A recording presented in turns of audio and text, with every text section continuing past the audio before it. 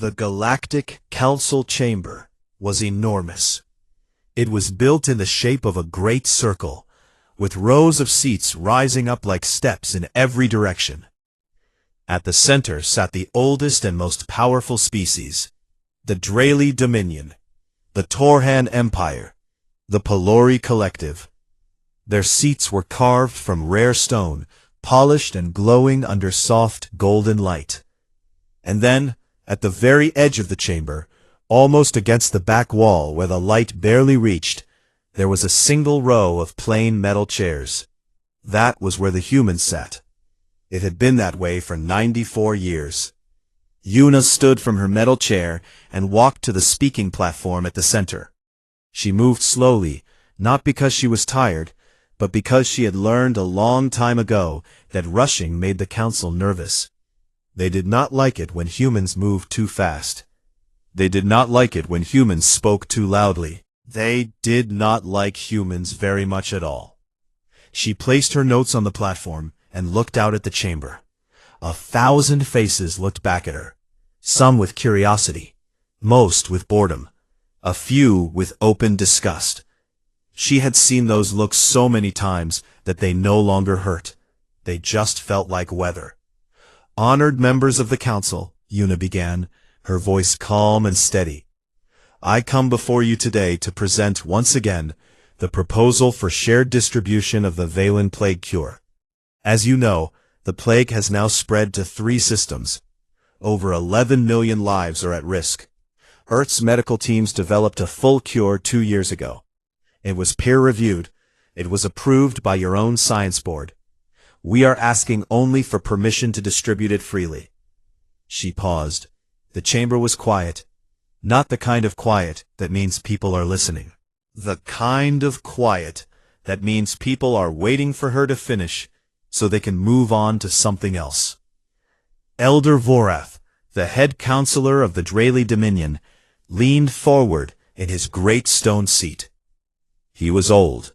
His skin was pale gray, stretched thin over a long skull. His eyes were small and dark, and they looked at Yuna the way someone might look at an insect that had crawled onto their dinner plate. Ambassador Yuna, he said, his voice dry and slow. The Council appreciates Earth's continued enthusiasm. However, we feel that further review is necessary before any distribution can be approved. There are concerns about long-term effects on non-human biology.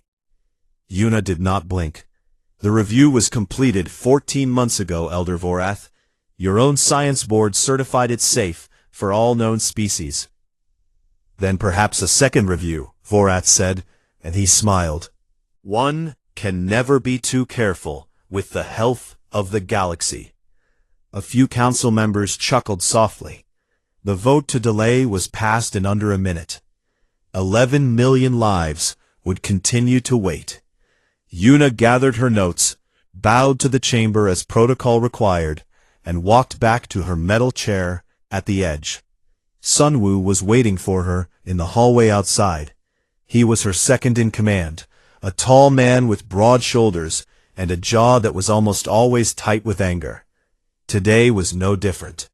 He fell into step beside her as she walked, and for a long moment, neither of them spoke. 14 months, Sunwoo finally said, his voice low. They sat on it for 14 months, and now they want another review. People are dying, Yuna. I know. We could distribute it ourselves. We have the shits. We have the supply. And they would call it a violation of the Emergent Species Protocol. They would sanction us. Again. Yuna kept walking. Her eyes were clear. There was no anger in her expression. There was something worse. There was acceptance. They were never going to say yes, Sunwoo. Not today. Not ever. It was never about the cure. It was about making sure we remember where our seat is. Sunwoo stopped walking. He watched her continue down the long, empty hallway, her footsteps echoing against the stone floor. He wanted to break something. He wanted to go back into that chamber and say every word he had been swallowing for years. But he did not, because Yuna had asked him not to. And if Yuna, who had more reason to scream than anyone he had ever known, could keep her voice steady, then so could he. 3 floors below the council chamber, in a small room that no alien had ever visited, Hana sat alone, surrounded by screens. She was young, barely 30, with round glasses and ink stains on her fingers from a habit she refused to give up. She was Earth's cultural historian, responsible for recording and uploading humanity's contributions to the Galactic Archive. Music, literature, agricultural science, medical research, philosophy. 70 years of free knowledge, shared openly with every species in the galaxy. Today, she had found something that made her stomach turn. She called Minji. Minji arrived 20 minutes later, still wearing her lab coat, her hair tied back in a loose knot. She was Earth's chief scientist, a woman who spoke more to machines than people, and preferred it that way. She looked at the screens Hana had pulled up and said nothing for a long time. "They are editing us out," Hana said quietly. "Look, the agricultural database.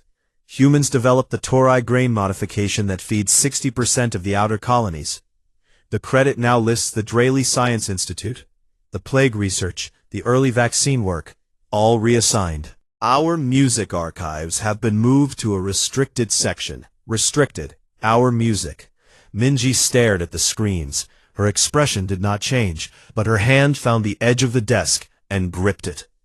"How long has this been happening?" "Years. Maybe longer.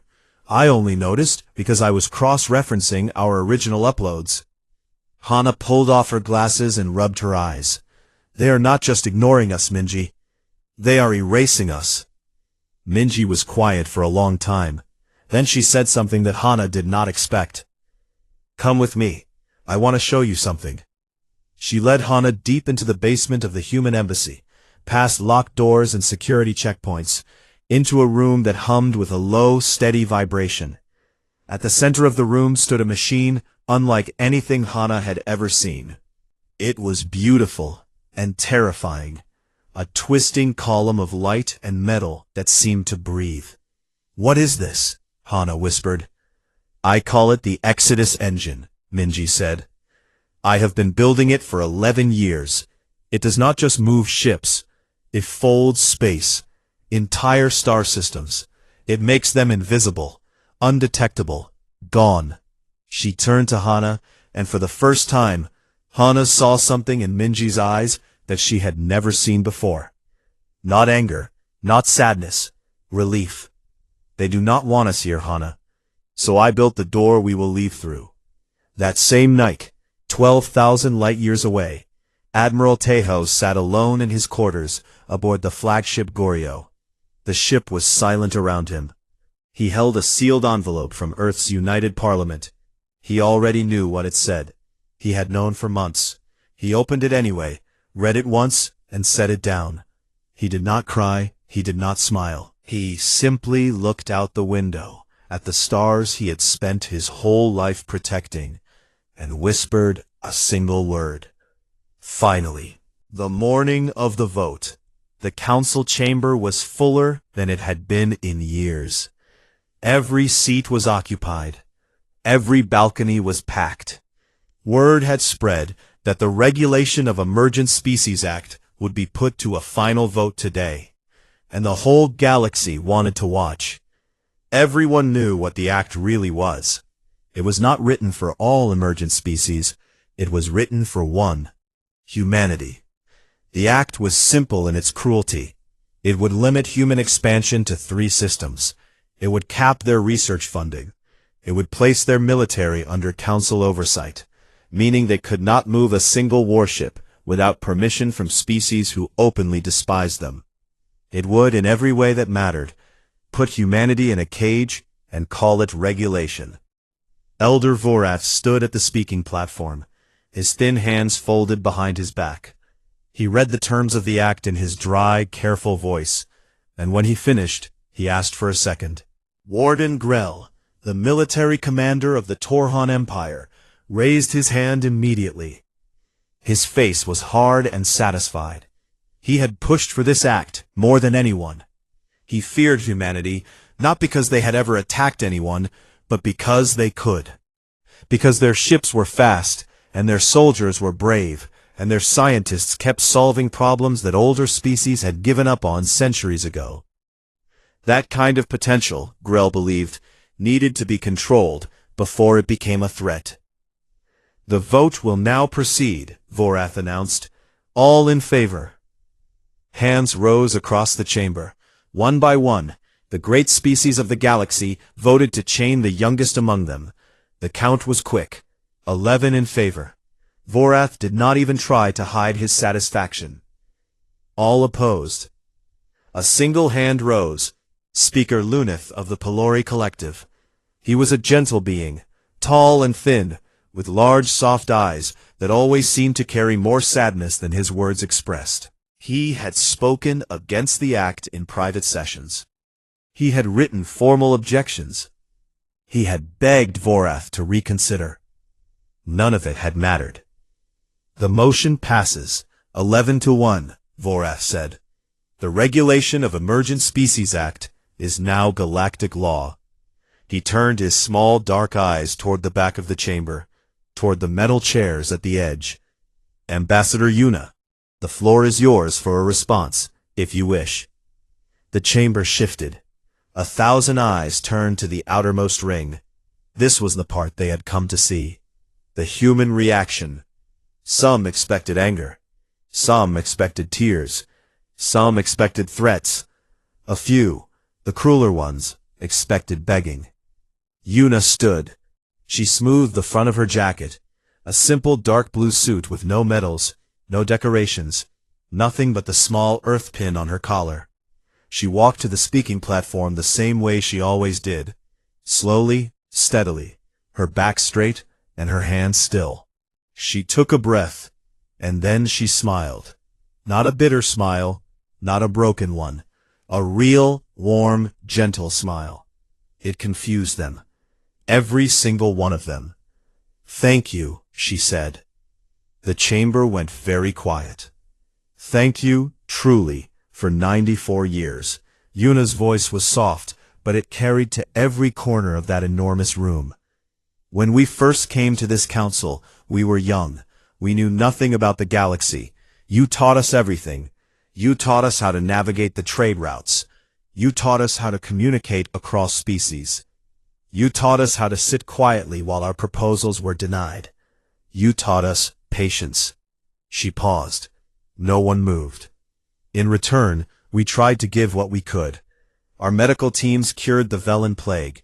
Our scientists developed the Tori grain that now feeds 60% of the outer colonies. Our soldiers guarded 4 frontier zones so that your people could sleep safely. Our artists shared their music, their stories, their paintings, freely and with joy. We asked for nothing in return. We only asked to be allowed to sit in this room." Her eyes moved across the chamber, touching each face. Some looked away. "Today you have told us clearly where we stand, not with words of cruelty, with a vote, clean and official. We hear you, we understand." She placed both hands flat on the platform, and her voice dropped lower, not in anger, but in something that felt heavier. "We came to you with open hands. You taught us that open hands get stepped on. We thank you for the lesson." She bowed, a deep, respectful final bow. Then she turned and walked back to her seat. She gathered her notes, she picked up her bag, and she walked toward the doors of the chamber without looking back. The silence in that room was unlike anything anyone had ever felt there. It was the silence of 1,000 beings realizing, all at once, that something had just ended, and they were not sure what it was. Vorath cleared his throat. "Well," he said, forcing a small laugh, "humans and their theatrics. Shall we move to the next agenda item?" A few council members laughed with him. It sounded hollow. Grell said nothing. He sat with his arms crossed, watching the doors where Yuna had disappeared. His face was hard, but his eyes, for just a moment, were uncertain. Luneth did not laugh. He did not move.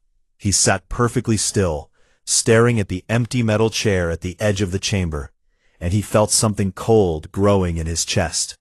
He had heard every word Yuna said, and he knew, with a certainty that frightened him, that she had not been making a speech. She had been saying goodbye. Sunwoo was the last. He had stayed behind while Yuna left, standing just inside the great doors at the back of the chamber. No one ever did. He looked at the delegation desk where he had sat for 12 years. The small metal nameplate that read Earth was still there, slightly scratched, slightly crooked, pushed to the very edge of the desk like everything else human in this place. He walked over and picked it up.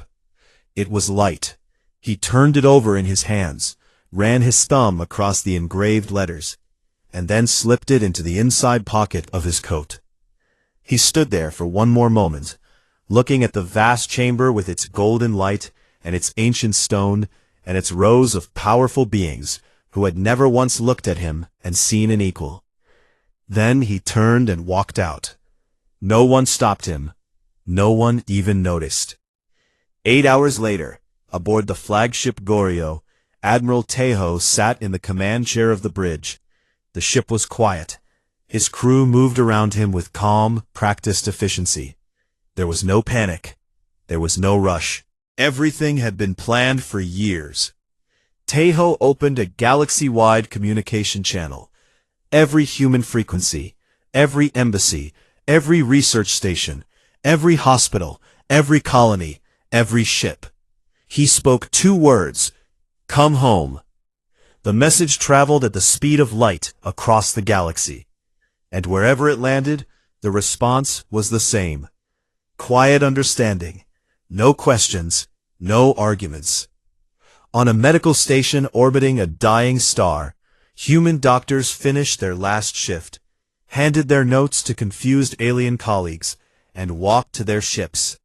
On a frontier outpost at the edge of wild space, human soldiers lowered their flags, packed their gear, and left their posts unmanned for the first time in 50 years.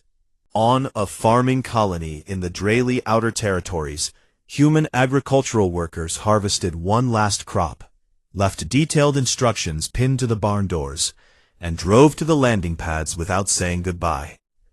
Across the galaxy, quietly and without drama, humanity began to leave.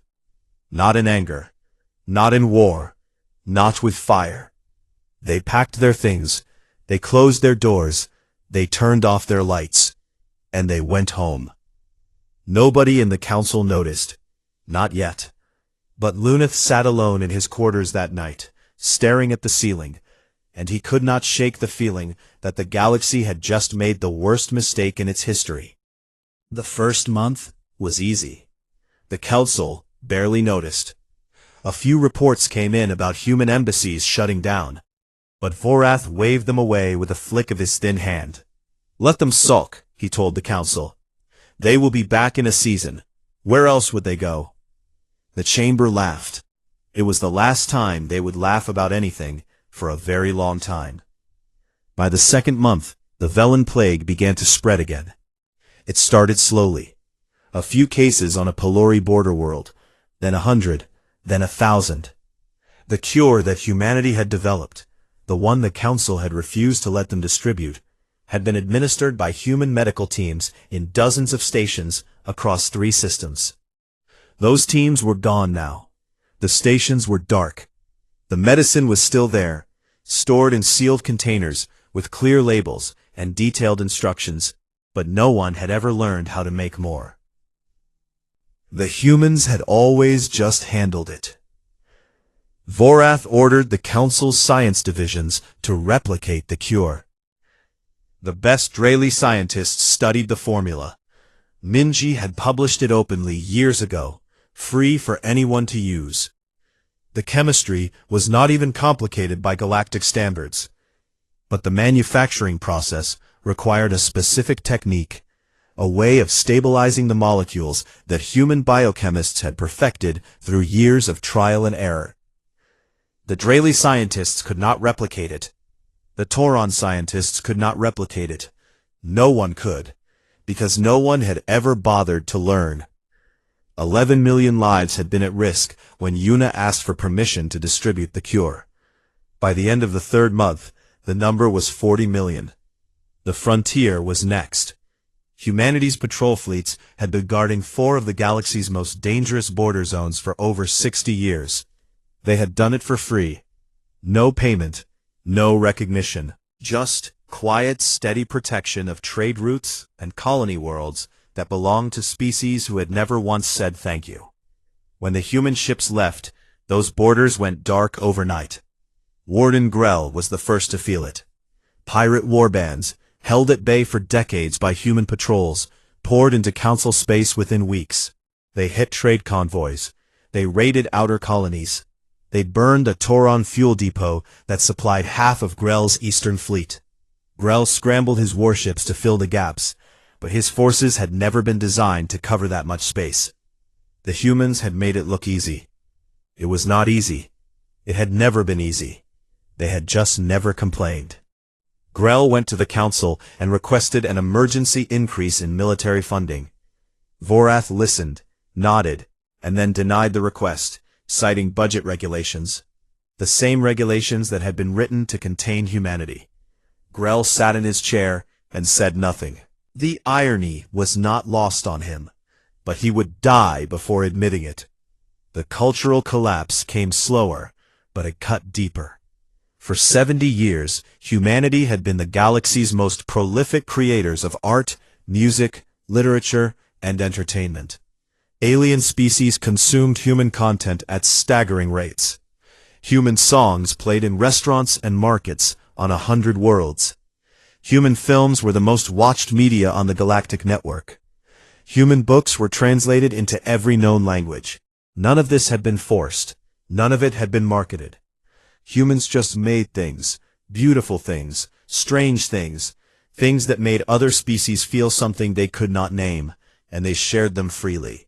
When humanity left, Hana activated a protocol she had built quietly into every cultural archive on the Galactic Network. Every file, every song, every painting, every book, every piece of human knowledge and creativity that had been freely given to the galaxy for decades was deleted. Not locked, not restricted, deleted. The servers went blank. Billions of hours of content gone in a single night. The reaction was immediate and enormous. Public broadcasts went silent. Entertainment channels had nothing to show. Schools lost access to teaching materials that half the galaxy's education systems depended on. On the Pelori homeworld, children cried because their favorite bedtime songs, human lullabies translated into Pelori, had disappeared from their parents' devices overnight.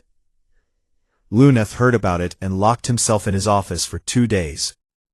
When he came out, his eyes were red, and he would not speak to anyone. He went to the human embassy one evening, alone. The building was dark. The doors were unlocked.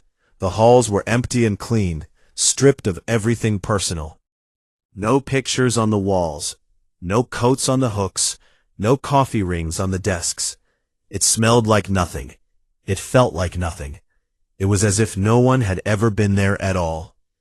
Luneth walked through the silent corridors until he reached the ambassador's office, Yuna's office. The room was bare except for the desk, which had a single item left on its surface, a folded piece of paper, handwritten in Yuna's careful script. He picked it up and read it. You were kind to us, Luneth. We will remember that. He sat down in her chair. He sat in the dark, holding that piece of paper, and he did not move for a very long time. Meanwhile, in a small archive room in the Council's administrative wing, a young Athen diplomat named HFY was doing something dangerous. She was digging through classified records. HFY had always been curious about humans. She had watched them from the upper balconies of the council chamber for years, fascinated by the way they carried themselves, the way they spoke softly even when they were being insulted, the way they kept showing up with cures and solutions and offers of help, even after being rejected 100 times. She had never understood it. Now she wanted to understand what had been done to them. It took her 3 weeks of careful searching, but she found it. Buried deep in Vorath's administrative files, locked behind security clearances that should have stopped her, but did not, because no one expected a junior diplomat to look. She found decades of suppressed reports. The reports were devastating. They showed that humanity's contributions to the galaxy outweighed every other species in 6 major categories: medical aid, refugee support, frontier defense, agricultural science, cultural exchange. In every single category, humans had given more, done more, and asked for less than anyone else. And in every single case, the reports had been buried, hidden, reclassified, by Vorath, by Grell, by a dozen council administrators who did not want anyone to know how much the galaxy depended on the species they kept in the back row. HFY copied everything. She stored it on a private device. She did not know what to do with it yet, but she knew she had to keep it safe. And then, 3 months after humanity began to leave, Minji activated the Exodus engine. The effect was instant and absolute. The Sol system, Earth's home, along with 12 colony systems that had followed humanity into silence, simply vanished. One moment, they were there, visible on every star chart, trackable by every sensor in the galaxy. The next moment, gone. No explosion, no flash of light, no debris. Just empty space where billions of humans had been. Every sensor array in the galaxy screamed. Every astronomer, every scientist, every military strategist stared at their instruments and saw the same thing. Nothing. Where Earth should have been, there was nothing.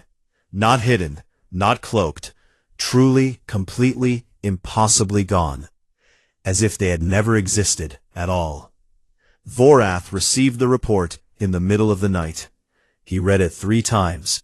Then he sat on the edge of his bed, alone in his vast quarters, and for the first time in his long life, his hands shook. Grell received the report on his warship. He stared at the empty coordinates on his tactical display for a full hour without speaking. His officers were afraid to approach him. Luneth was still in Yuna's office when his communicator buzzed with the news. He did not react. He simply folded Yuna's note, placed it in his pocket, and closed his eyes. Quieter than it had ever been. And in that silence, for the first time, everyone could hear what had always been there, hidden beneath the noise of politics and prejudice and petty cruelty. The sound of everything humanity had held together. 5 years passed. The galaxy did not recover. It learned, slowly and painfully, how to survive without the species it had thrown away, but it did not recover. There is a difference between surviving and living, and the Galactic Council learned that difference the hard way. The Drayli Dominion was the first to crack.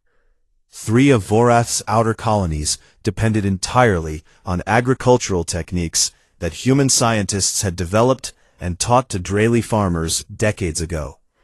The techniques themselves still worked. The crops still grew. But when the soil began to change, as soil always does over time, and the old methods needed adjusting, there was no one to ask. The human agricultural advisors who had lived among the Drayli for 40 years, who had eaten at their tables and learned their language and treated their sick animals for free on weekends, were gone. They had left behind manuals and guides, detailed and generous as always, but the manuals could not answer new questions.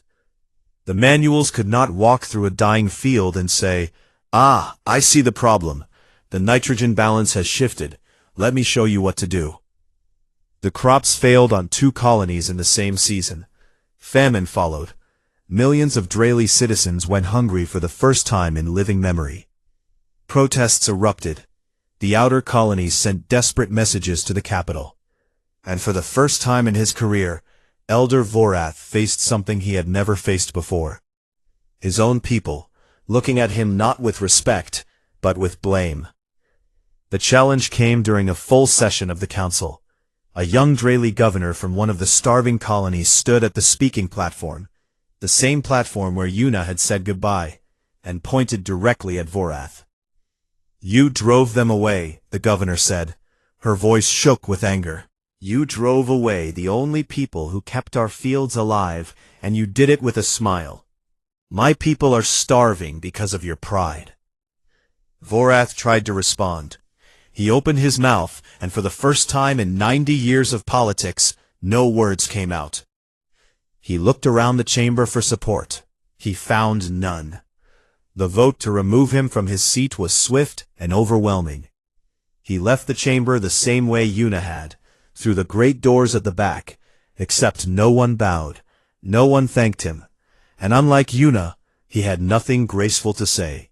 He simply walked out, an old man whose power had been built on the back of a species he had never respected, crumbling now that they were gone. He never mentioned humanity in public again. He could not bring himself to. Grell's fall was louder. The frontier had become a nightmare. Without human patrols, pirate war bands had grown bold, organized, and cruel. They controlled entire trade corridors. They held colonies for ransom. Grell's Tauron fleet was stretched across 4 border zones, bleeding ships and soldiers in fights they could not win because they could not be everywhere at once. The humans had been everywhere at once. Grell had never understood how. He understood now. It was not superior technology. It was not greater numbers. It was simply that they cared. They had cared about every border, every colony, every trade ship, every refugee shuttle, because that was who they were. You cannot replace that with warships. You can only replace it with more caring. And the Tauron Empire had never been built on caring. In desperation, Grell hired mercenary fleets. Many of them were from species that had once been allies of humanity. Former trading partners, former neighbors, former friends who remembered how humans had treated them with warmth and respect. These mercenaries took Grell's money, but they did not hide their contempt. One captain, a scarred old pilot from a species that had shared a border with human colonies for 50 years, looked Grell in the eye during a briefing and said, "You chased away the only people who would have fought for you for free. Now you pay us triple and get half the work. How does that feel, Warden?" Grell did not answer. He ended the briefing early and sat alone in his quarters. He was a military man. He understood strength and weakness, victory and defeat. But this was something different. This was not a defeat on a battlefield. This was the slow, grinding realization that the thing you destroyed was the thing that was keeping you alive. There is no strategy for that. There is no weapon that fixes it. Luneth, meanwhile, had become something he never expected to be. A leader. With Vorath gone and Grell discredited, the council turned to the only member who had voted against the act. The only one who had opposed humanity's mistreatment from the beginning. They made him head counselor, not because they believed in him, but because they had no one else. Luneth accepted the role with no celebration. He knew it was not a reward. It was a punishment. He was being asked to fix what could not be fixed. On the first anniversary of humanity's disappearance, Luneth made a decision. He went to the council's main broadcast center, alone, without advisors or speechwriters, and he recorded a message.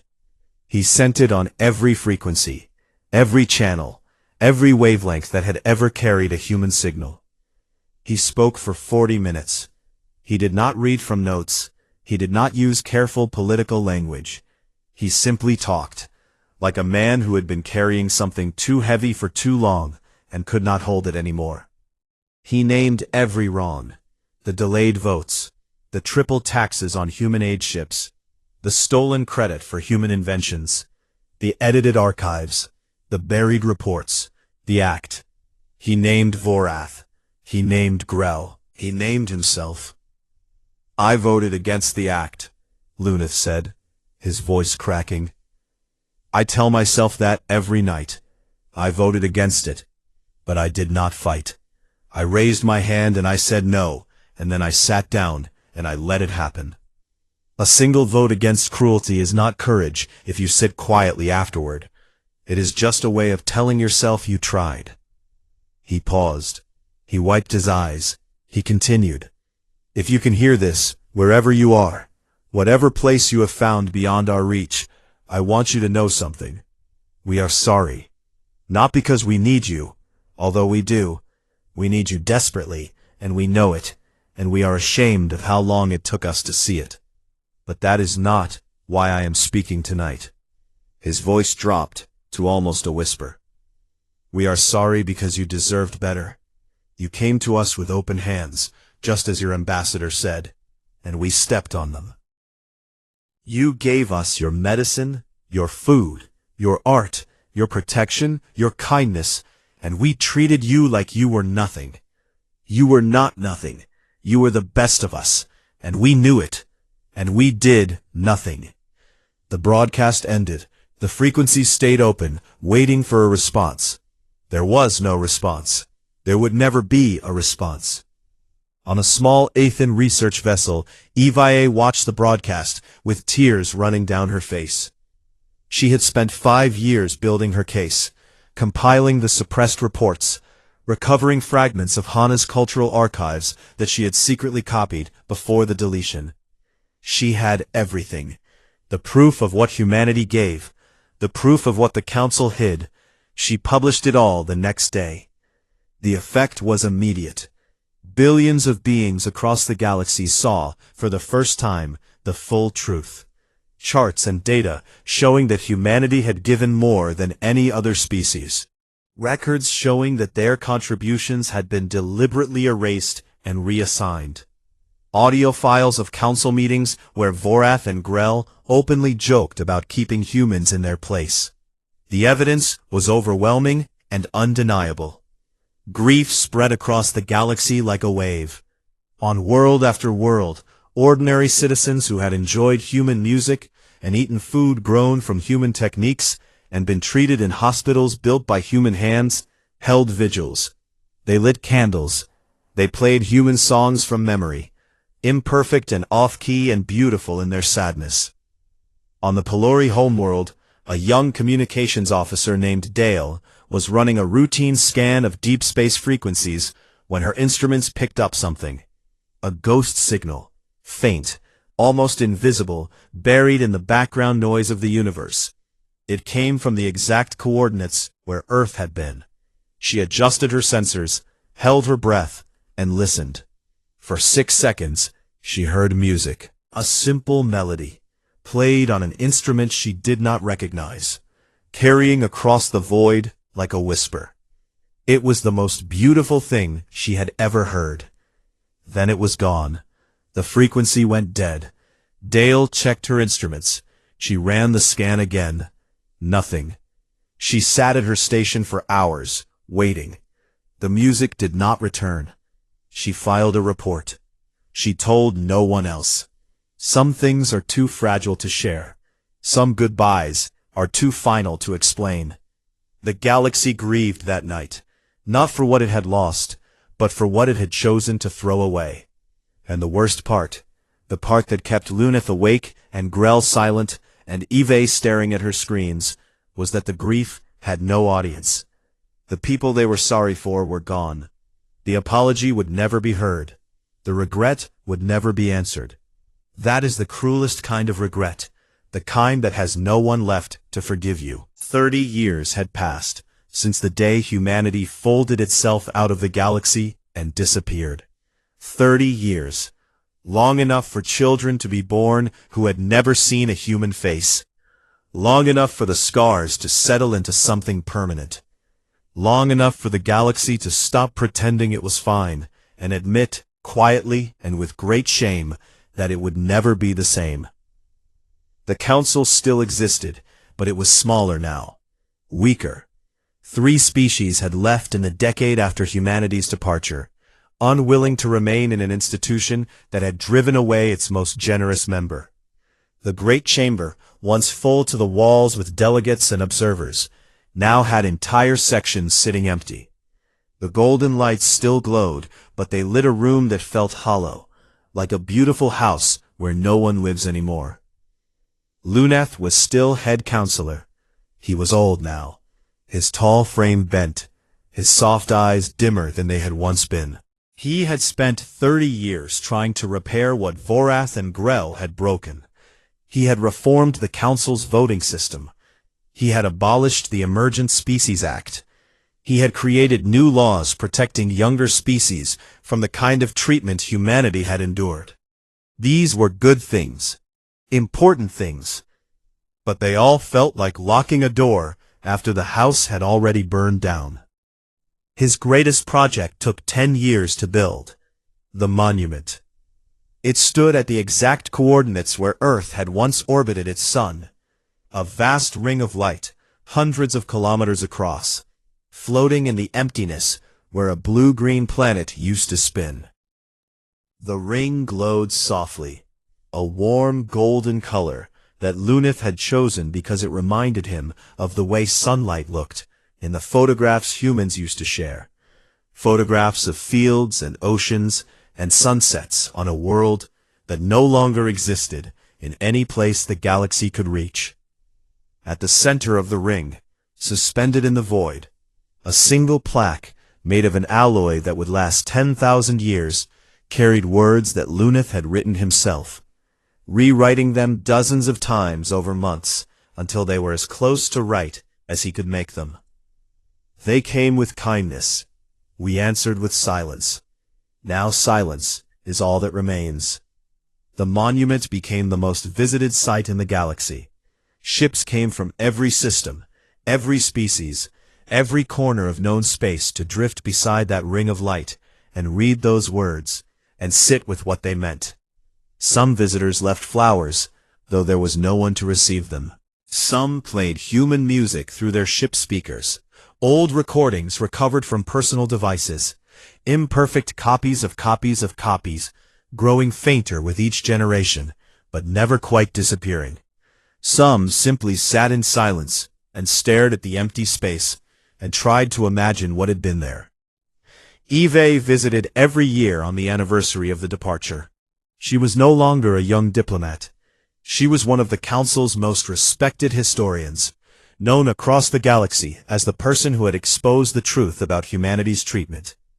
Her archive, built from the suppressed reports and the fragments of Hana's cultural database, was the most accessed collection in galactic history. She had spent her life making sure the galaxy never forgot what humans had given and what the Council had done. She was standing on the observation deck of her ship, watching the monument's light reflect off her window, when every screen on her vessel lit up at once. It happened everywhere, every library, every school, every research station, every personal device on every world in the galaxy. Simultaneously, without warning, an enormous data upload appeared. Billions of files, music, art, literature, scientific research, historical records, philosophical texts, agricultural guides, medical databases, everything.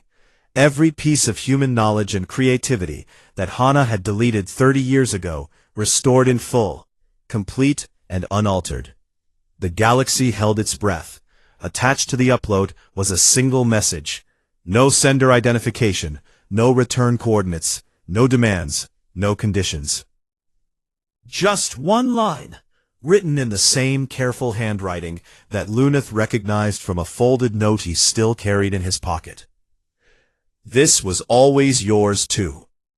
Eva read it and pressed her hand against the screen.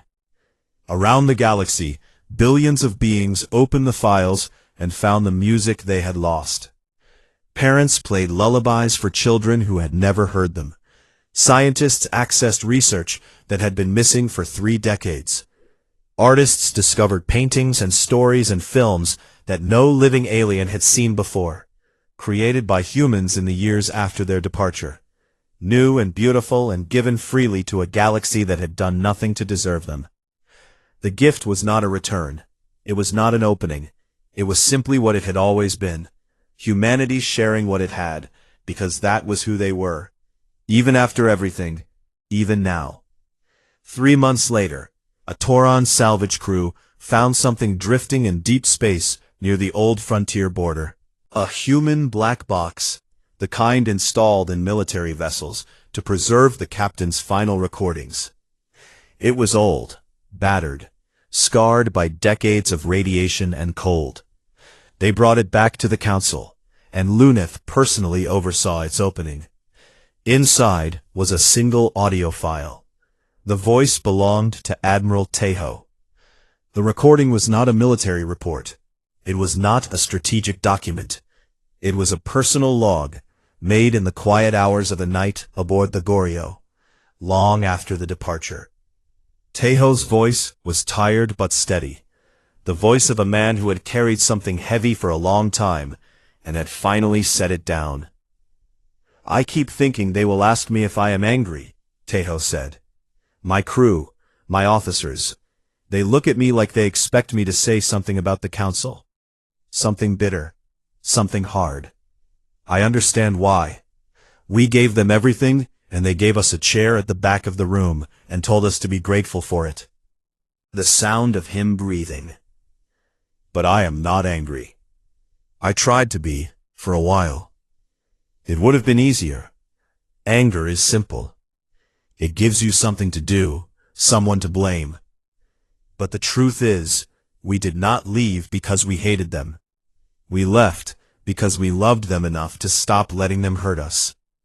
That is the hardest kind of love there is, the kind that walks away, not to punish, just to survive." Another pause, longer this time. "I hope they are all right out there. I hope the crops grow. I hope the borders hold. I hope someone learns to make the plague cure.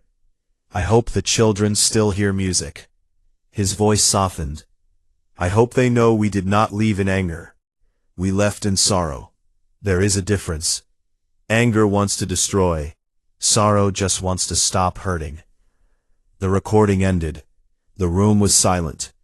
Luneth stood with his hands at his sides, tears running down his old face, and did not wipe them away. He went to the council chamber that evening. It was empty. The session had ended hours ago.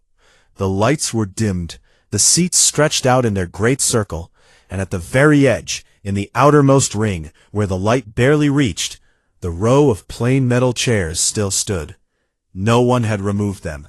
30 years, and no one had been able to bring themselves to take them away. Luneth walked to the outermost ring. He lowered himself carefully into one of the metal chairs. It was uncomfortable, hard and cold. He realized that Yuna had sat in a chair just like this one for years. Every session, every vote, every humiliation, and she had never once complained. He reached into his pocket and took out a small device, a personal music player loaded with a single human song. He did not know the language. He had never learned it. He did not need to. He pressed play. It was simple and slow. A woman's voice singing something gentle over a quiet instrument. A song about home, or loss, or love, or all three at once. The words did not matter.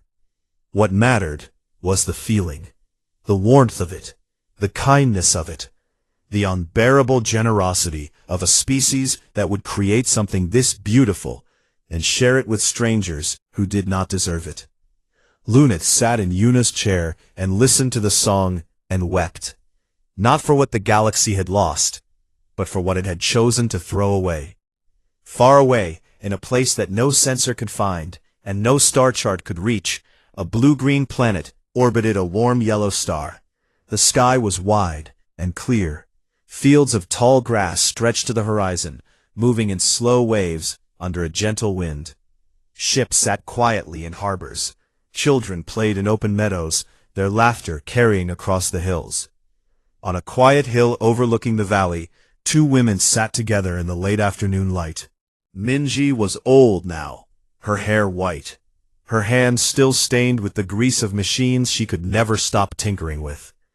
Beside her sat Yuna, calm as she had always been, her face lined with years but her eyes still clear. They did not speak. They had said everything that needed to be said a long time ago. They simply sat and watched the wind move through the grass, and listened to the children, and felt the sun on their faces. Somewhere, in a room full of humming machines, a technician noticed a frequency open for just a moment. An old frequency, one that pointed outward, toward the galaxy they had left behind. The technician checked the readings. It was broadcasting something. Not a message, not coordinates, not a call for help or an offer of return. Just the sound of wind through tall grass, carried across the void to no one and everyone. One last breath of a world that had chosen peace over revenge and silence over war. The frequency held for 10 seconds. Then it closed, gently, permanently, like a hand letting go. And the stars, who had seen everything and judged nothing, kept shining, the way they always had, the way they always would, long after the council and the regret and the monument and the music faded, long after every species that had ever lived among them turned to dust and memory. The stars remembered, even when everyone else forgot.